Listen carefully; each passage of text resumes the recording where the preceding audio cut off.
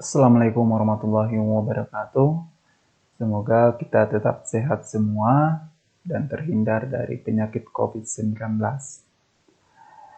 Video ini merupakan video pertama di Nursing Express. Dengan topik yang akan kita bahas adalah terapi pengganti ginjal. Bersama saya, Minanton. Mari kita mulai.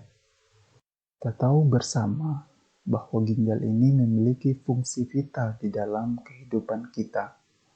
Namun ada beberapa kondisi yang menyebabkan kita harus mengganti fungsi ginjal ini. Kapan itu? Saat fungsi ginjal menjadi rusak, khususnya pada penyakit-penyakit CKD atau gagal ginjal kronis. Nah, solusinya apa? Yang pertama yang bisa dilakukan adalah cuci darah. Yang kedua, transplantasi ginjal. Cuci darah ini ada 3 jenis. Yang pertama bisa dilakukan hemodialisis, peritoneal dialisis, dan CART atau continuous renal replacement therapy. Nah, hemodialisa itu merupakan sebuah prosedur medis untuk mencuci darah pasien melalui ginjal buatan yang disebut dializer.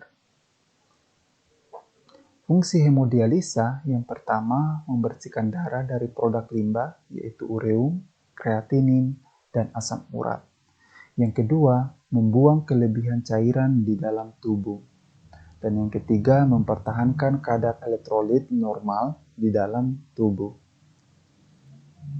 Nah, ini gambaran proses hemodialisa.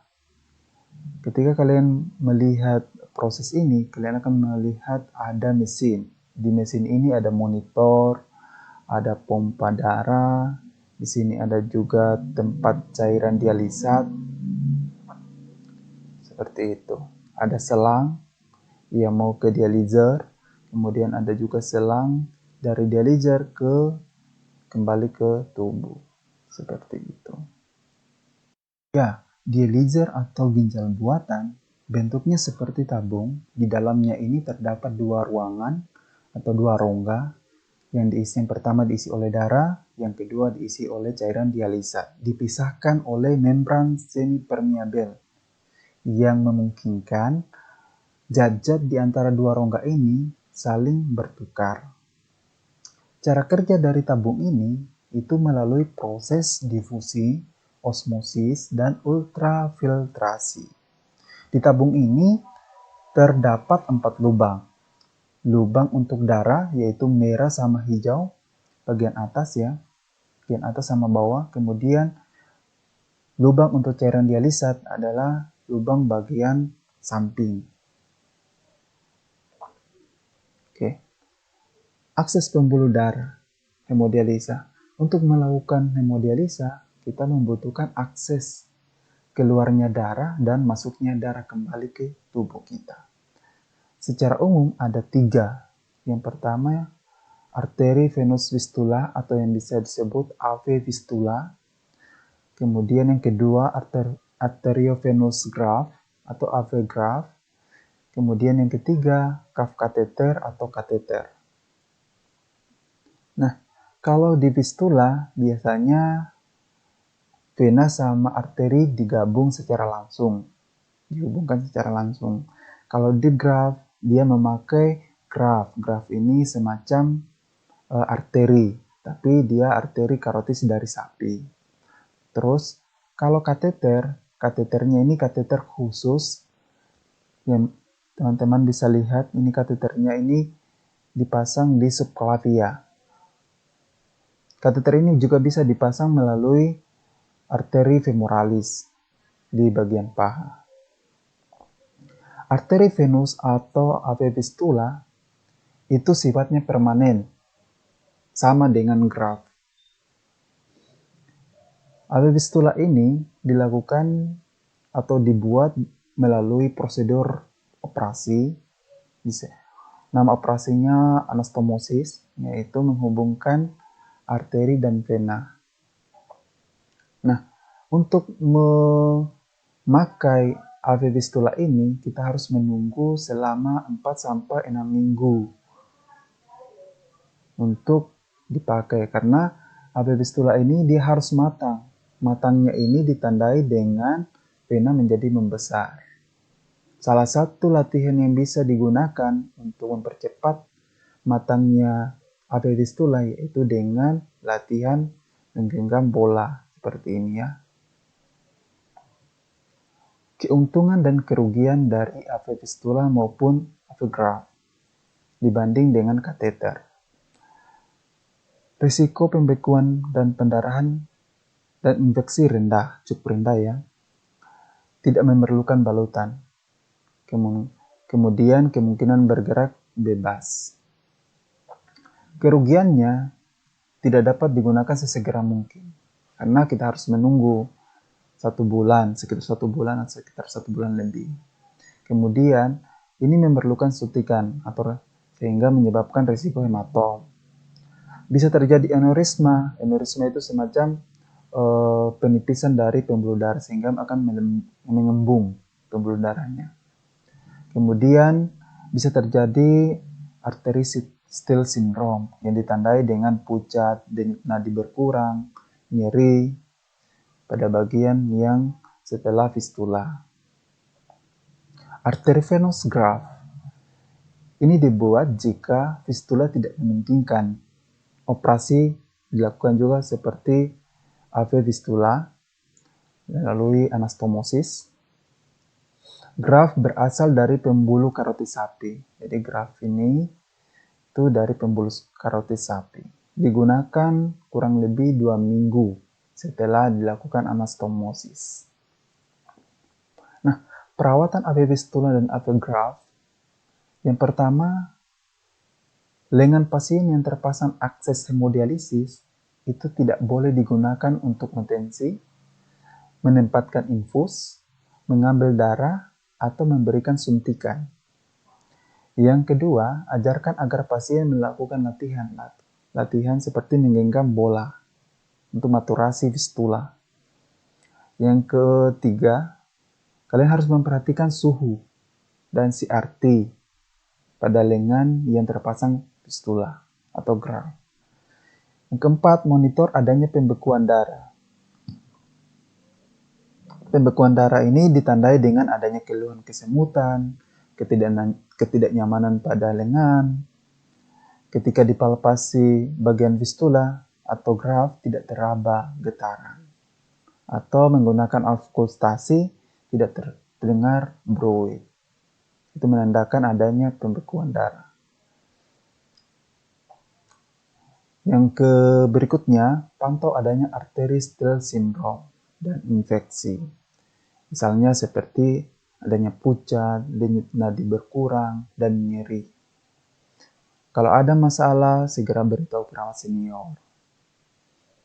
Nah, untuk pastikan patensi akses hemodialisa, kalian bisa palpasi adanya getaran atau bruit pada auskultasi. Ketika ada getaran atau bruit, maka patensinya normal atau ada patensinya. Gitu. Nah, ini adalah seperti tadi gambaran dari proses hemodialisa. Jadi, hemodialisa itu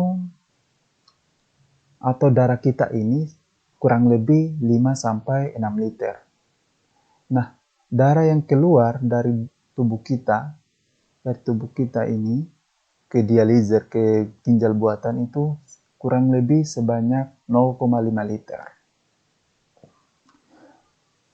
Dan ketika orang melakukan hemodialisa, maka darahnya ini keluar dari fistula yang terpasang tadi, keluar dari fistula menggunakan jarum dan selang.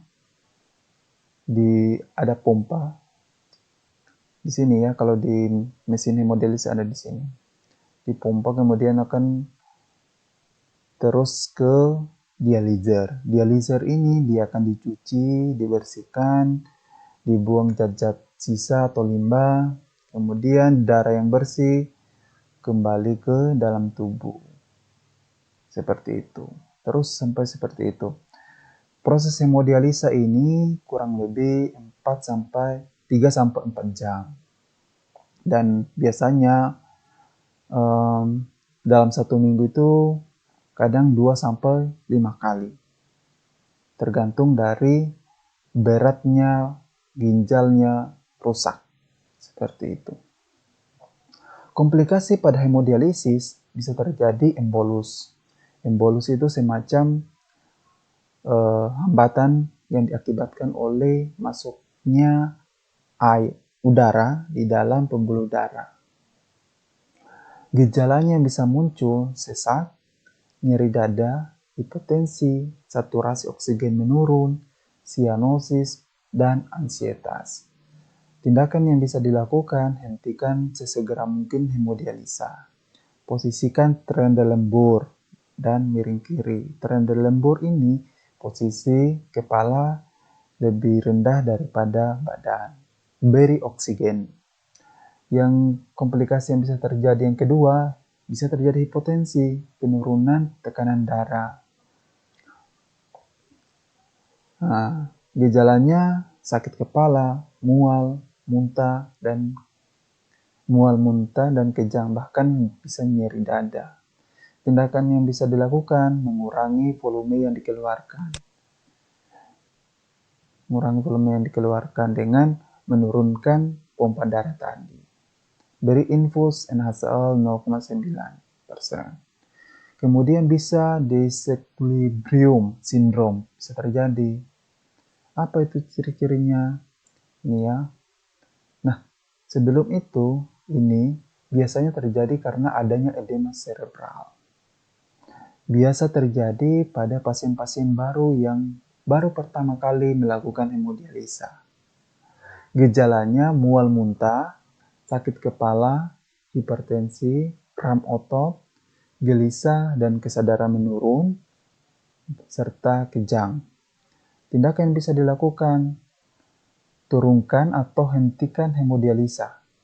Turunkan pompanya. Kemudian siapkan cairan hipertonik atau manitol. Atau bisa dilakukan dengan hemodialisa waktu singkat. Yang tadinya mungkin 4 jam, harus diturunkan menjadi 2 jam. Seperti itu. Nah, tindakan keperawatan pada hemodialisa.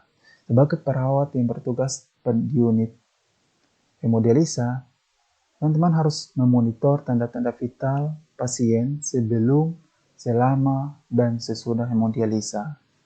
Kemudian monitor hasil laboratorium, BUN, blood ureum nitrogen, kreatinin, dan pemeriksaan darah lengkap, baik itu sebelum, selama, dan sesudah hemodialisa.